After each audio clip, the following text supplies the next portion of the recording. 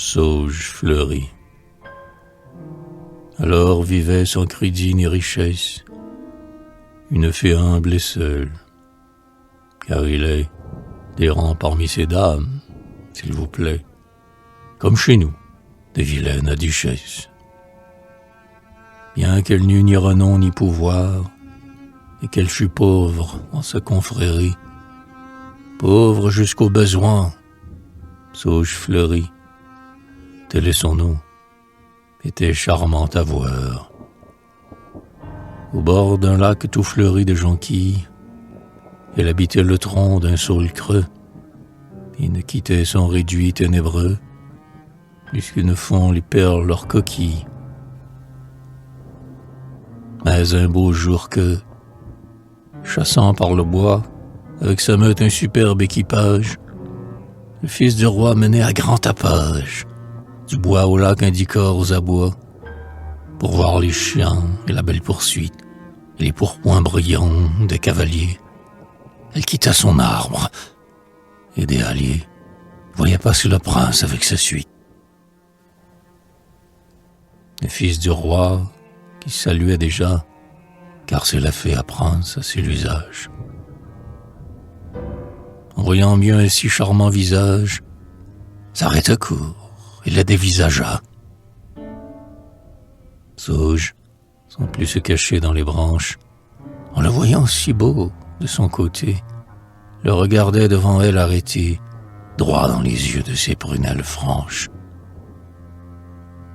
Naïf amour par pudeur s'enhardit. Le fils du roi baissa les yeux par contre. Chacun s'en fut méditant la rencontre. Tous deux s'aimaient et ne s'étaient rien dit.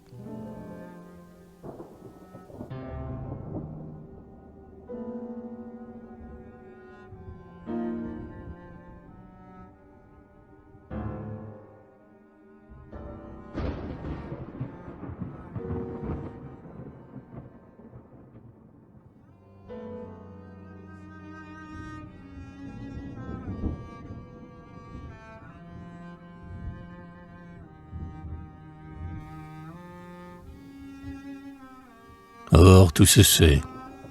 Une maîtresse fée fit donc venir Sauge à son tribunal.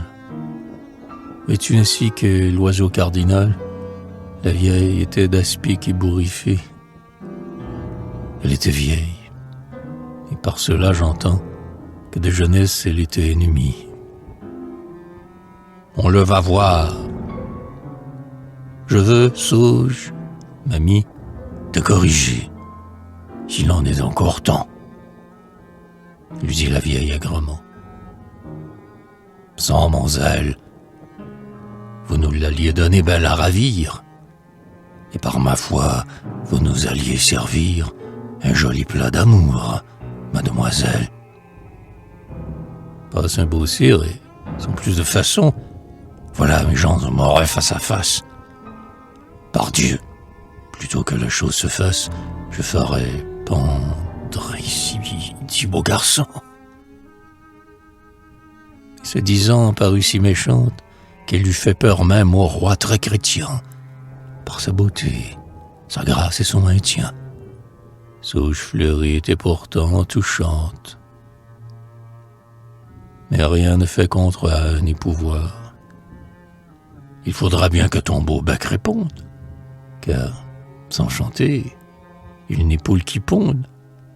Sauge mamie, et je te vais pourvoir.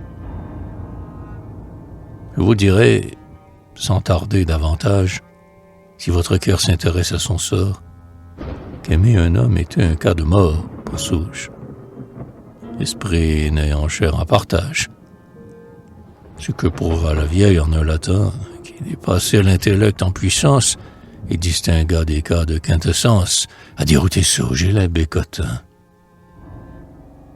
Sauge, pourtant, demeurait bouche close, et de cela ne voulait seulement qu'aimer le prince et mourir en l'aimant, comme disait la vieille avec sa glosse.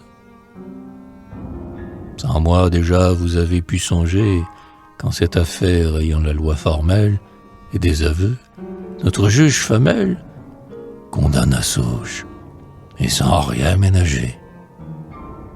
pensait bien que la fille amoureuse ne marchanda son immortalité, et que du coup, comme on me l'a conté, elle s'en fut, plus que vivante heureuse.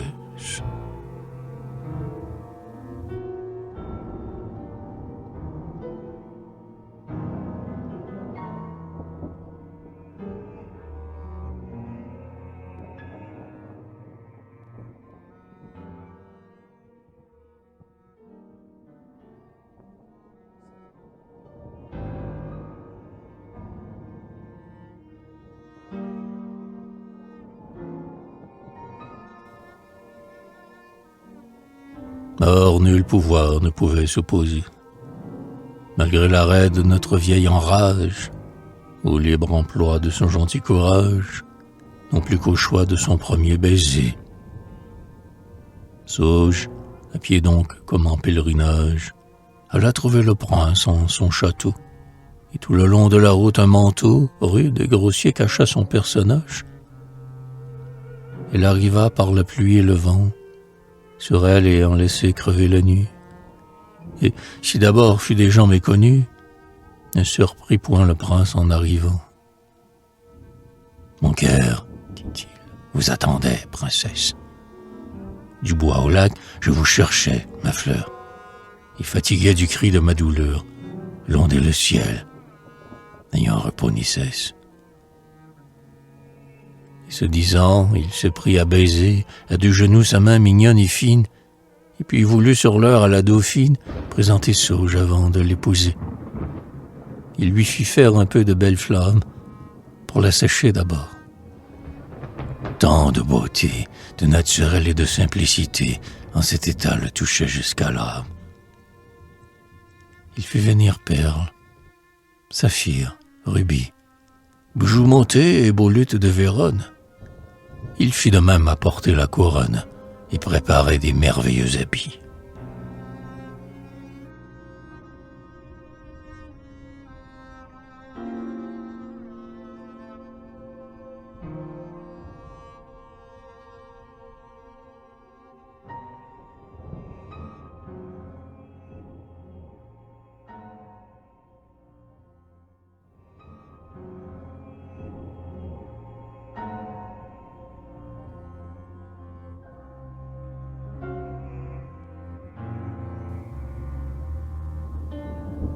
Sauge admira ces objets sans envie et dit « Seigneur, les beaux jours sont comptés. Aimez-moi bien et jamais ne doutez du bel amour dont j'ai l'âme ravie. Est-il pour moi besoin de tant d'apprêts? N'aimez-vous point la belle solitude et des amants n'est-ce plus l'habitude de mieux s'aimer quand l'amour est secret? Restons ici sans plus, si bon vous semble. Nos yeux pourront se parler à loisir, et nous n'aurons de si charmants plaisirs que cela seul à demeurer ensemble. Auprès de vous, je sens mon cœur léger. Légère est l'heure aussi qui me convie, et là, tout beau, je vous donne ma vie.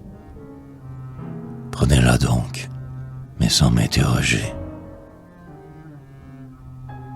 Elle lui fit un généreux sourire, ne regrettant ce qu'elle avait bien fait, ni songeant même. Son bonheur parfait, en mots humains, ne se pourrait décrire. Amour et mort sont toujours à l'affût.